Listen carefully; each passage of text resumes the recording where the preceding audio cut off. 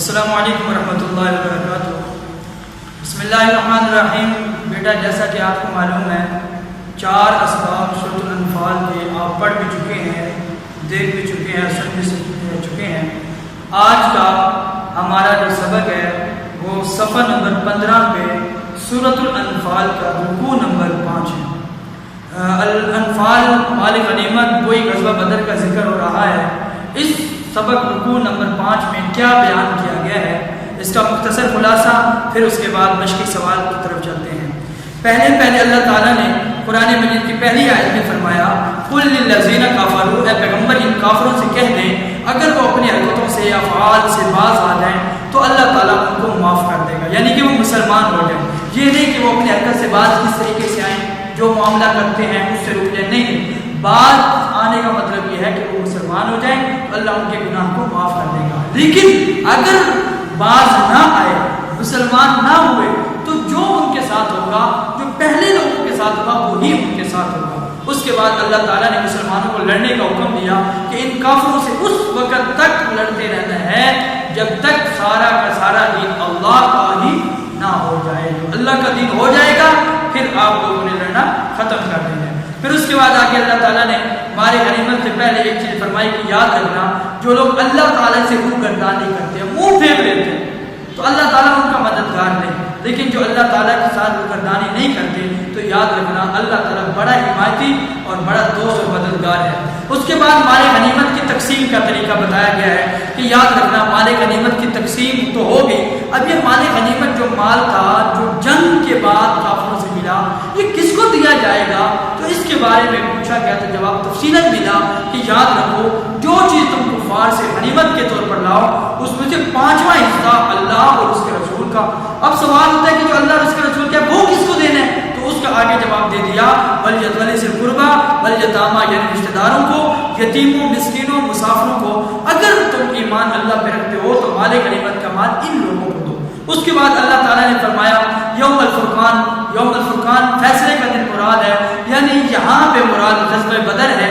یوم التقى الجمعان، جس دن دونوں کافروں اور مسلمانوں کی آپس میں مٹھ بھیڑ ہوئی، لڑائی ہوئی، جنگ ہوئی، اس دن جو مال غنیمت اکٹھا ہوا ہے وہ ان لوگوں میں تقسیم ہوگا۔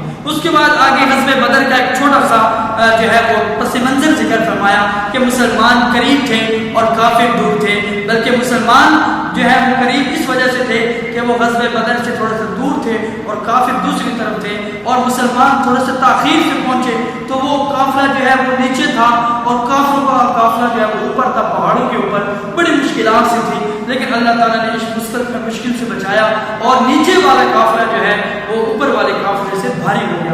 اصول سمجھے، حالانکہ جو نیچے والا قافلہ ہوتا ہے یہ نیچے لوگ ہوتے ہیں، اگر ان کے اوپر ظلم کیا جائے تو وہ زیادہ مارے جاتے ہیں، لیکن اللہ تعالیٰ نے غزوہ بدر میں ایک انعام ذکر کیا کہ تم لوگ نیچے تھے، کافر اوپر تھے، اور نیچے والے جو ہے وہ اوپر والوں کو مار گئے اور نیچے والے جیت گئے۔ یہ ایک اللہ تعالیٰ نے انعام ذکر فرمایا۔ اس کے بعد خواب کے اندر کافروں کی تعداد کم کر کے دکھائی کہ اللہ نے فرمایا کیوں؟ اس لیے کہ اگر کافروں کی تعداد صحابہ کو زیادہ دکھاتے وہ لوگ جی چھوڑ دیتے اور بالکل لڑائی پر آمادہ ہی نہ ہوتے۔ اس کی مثال یہ سمجھے کہ ایک آدمی نے خواب میں دیکھا کہ بھئی اتنے کافر ہیں تو صبح وہ خود بھی پریشان ہوگا، دوسروں کو بھی پریشان کرے گا، کوئی کافروں کی تعداد تو 1000، 10,000، 20,000، لاکھ تک ہے، ہم تھوڑے زیادہ ہم نہیں کرتے۔ اس لیے اللہ تعالیٰ نے خواب کے اندر کافروں کی تعداد کم کر کے دکھائی۔ یہاں ایک سوال بیٹا سمجھے، لوگ سوال کرتے ہیں کہ دیکھو خواب میں کافروں کی تعداد کم کر کے دکھائی ہے، صبح کو 1000 تھی، یہ تو سراسر مسلمانوں کے ساتھ زیادتی ہوئی ہے۔ تو بیٹا اس کا جواب آپ سمجھ لیں، یہ مسلمانوں کے ساتھ زیادتی نہیں ہے، بلکہ یہ جو خواب میں کافروں کی تعداد کم کر کے دکھائی تھی وہ تعداد نہیں بلکہ ان کی طاقت تھی۔ وہ جو خواب میں کم کر کے دکھائی گئی تعداد وہ تعداد نہیں تھی بلکہ ان کافروں کی طاقت تھی کہ وہ لاکھوں میں بھی ہوں گے لیکن ان کی طاقت تھوڑی ہوگی۔ اس لیے اس سوال کا جواب بھی آپ کو مل گیا۔ اس کے بعد آگے فرمایا کہ یاد رکھنا جب تم ایک دوسرے کے مقابل ہوئے تو کافروں کو تمہاری نظر میں تھوڑا کر کے دکھایا اور تم کو ان کی نظر میں تھوڑا کر کے دکھایا۔ اگر ان کافروں کو بھی مسلمان زیادہ دکھائی دیتے تو وہ لوگ بھی لڑنے کے لیے تیار نہ ہوتے، لیکن یہ اللہ کا فیصلہ تھا جو ہو کر رہنا تھا، اور سب کام اللہ کی طرف لوٹ جاتے ہیں، یعنی ہر کاموں کا حکم اللہ کی طرف سے ہوتا ہے، پھر جا کے معاملات ہوتے ہیں۔ تو بیٹا یہ اس صفحہ نمبر 15 پہ جو سبق ہے رکوع نمبر 5 سورۃ الانفال کا، اس کا مختصر سا خلاصہ تھا، تفصیلاً تو بہت زیادہ ہے۔ اب ہم چلتے ہیں اس کے الفاظ معانی کی طرف اور مشقی سوالات کی طرف۔ الفاظ معانی انتہائی اہم ہے۔ یہ پہلا لفظ ہے مزد، مزد اس کا معنی گزر چکی، مزد۔ دوسرا لفظ ہے یوم الفرقان، اس کا معنی ہے فیصلے کا دن یا فیصلے کے دن۔ العدوۃ الدنیا، عدوہ وادی کے اس جانب، العدوۃ الدنیا وادی کے اس جانب اور کنارے، العدوۃ القصویٰ وادی کے اس جانب اور اس کنارے۔ عدوۃ الدنیا، دنیا اس جانب کنارے کو کہتے ہیں، اور عدوۃ القصویٰ دوسری جانب جو کنارہ ہے اس کو کہتے ہیں۔ اس کے بعد لفظ ہے لا فاشلتم، تم ضرور ہمت ہار جاتے، اور ایک لفظ ہے تم ضرور ہمت ہار جاتے، دوسرا لفظ ہے نامردی دکھاتے، بھاگ جاتے، دونوں معنی میں آتے ہیں۔ اس کے بعد لفظ ہے الرکب، اس کا معنی ہے قافلہ، اور پھر آگے لفظ ہے یقلل، کم کر کے دکھاتا ہے، تھوڑا کر کے دکھاتا ہے کہ اللہ تعالیٰ نے خواب میں کافی کم کر کے دکھایا۔ اس کا طریقہ آپ کو بیٹا پہلے بھی بتایا ہے یاد کرنے کا۔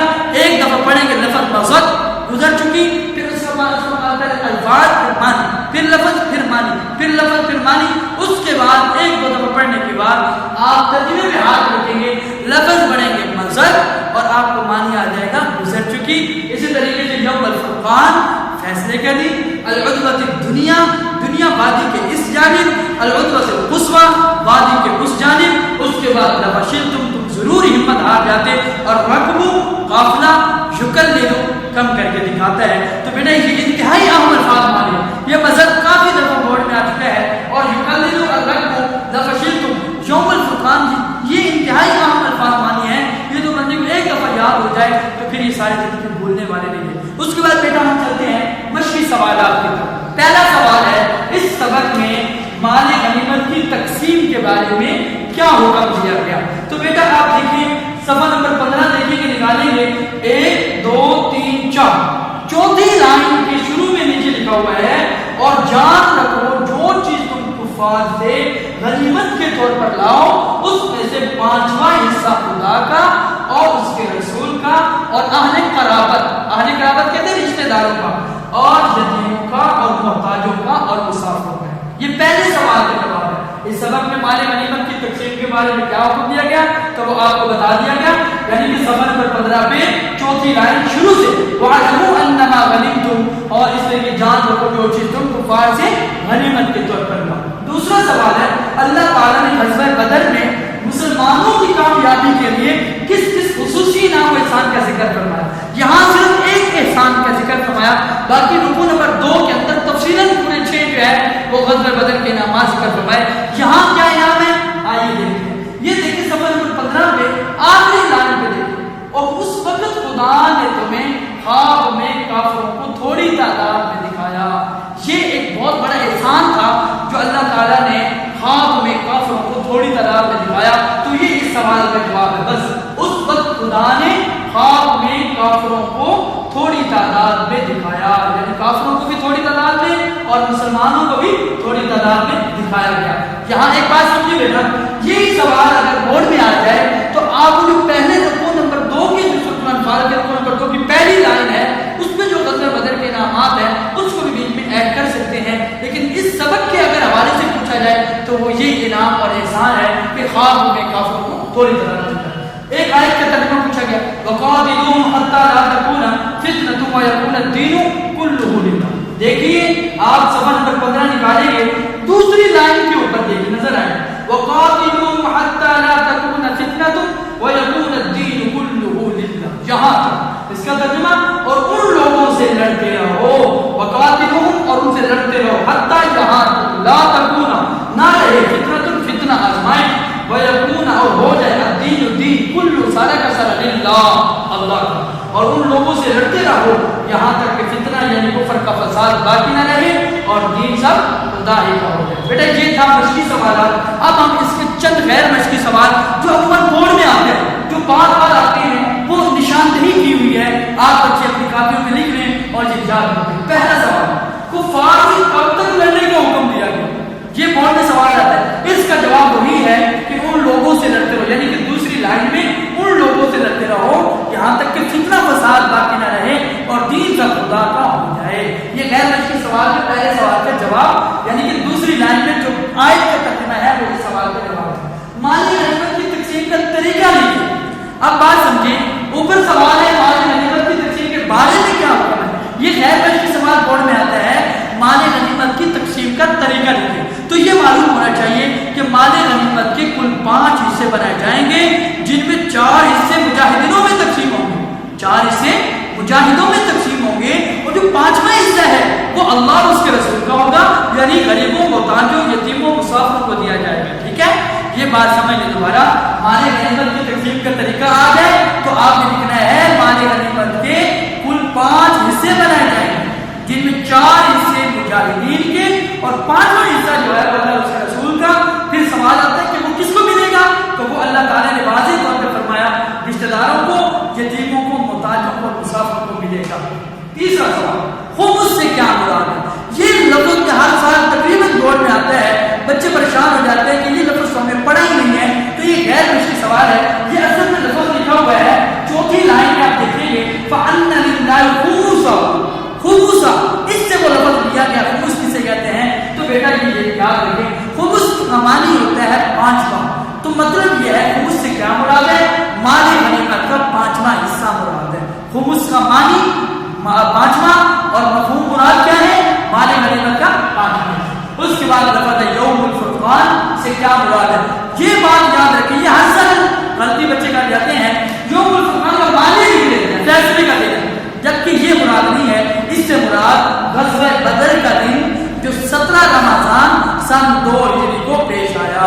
غزوہ بدر سن 2 ہجری 17 رمضان برجمعۃ المبارک کو پیش آیا۔ یاد رکھیں، پھر بار بار آپ سے کہا جا رہا ہے۔ تو یہ سبق تھا جو اس 5ویں حصے کا۔ اب ہم چلتے ہیں حدیث نمبر 5 کی طرف۔ بیٹے یہ حدیث نمبر 5 ہے، پڑھیں بسم اللہ الرحمن الرحیم۔ لا یؤمن احدکم حتی یکون ہواہ تابعا لما جئت بہ۔ ترجمہ، تم میں سے کوئی شخص مومن نہیں ہو سکتا جب تک اس کی خواہش اس تعلیم کے مطابق نہ ہو جائے جو میں لایا ہوں۔ اس کے طریقہ یاد کرنے کا یہ ہوتا ہے، لا یؤمن کے نشان لگا دیے جائیں تو اس کا طریقہ یہ ہوتا ہے، آنے کا معنی آپ کو معلوم ہو، لا یؤمن مومن نہیں ہو سکتا، احدکم تم میں سے کوئی ایک، حتی یہاں تک، یکون ہو جائے، ہواؤ اس کی خواہش، تابعا تابع، لما جئت بہ جو میں لایا ہوں، یعنی جو حضور لائے۔ تشریح میں چلتے ہیں۔ تشریح میں آپ لوگوں کو معلوم ہے اس کی تشریح صفحہ نمبر 50 پہ یہ حدیث 5 پر لکھی ہوئی ہے، اس کی آپ تشریح دیکھیں گے۔ تشریح کے بعد اس کے اندر چند غیر بشری سوال ہیں، 3 سوال جو ہر سال بورڈ میں عموماً یہ سوال آتا ہے، انسان کی فطرت میں کس چیز کا شعور رکھا گیا؟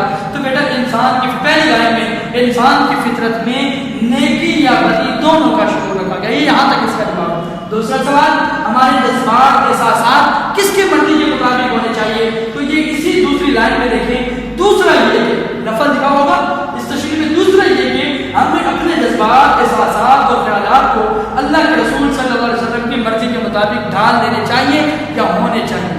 تیسرا سوال اس حدیث کے حوالے سے آتا ہے، اطاعت رسول کے بارے میں اللہ تعالیٰ کا کیا پیغام ہے؟ تو اس حدیث کی تشریح میں دیکھیں گے، اینڈ میں لکھا ہوگا اللہ تعالیٰ نے بھی فرمایا ہے جس نے میرے نبی صلی اللہ علیہ وآلہ وسلم کی اطاعت کی اس نے گویا میری اطاعت کی۔ بیٹا یہ آج کا سبق تھا، اللہ ہمیں یاد کرنے کی توفیق عطا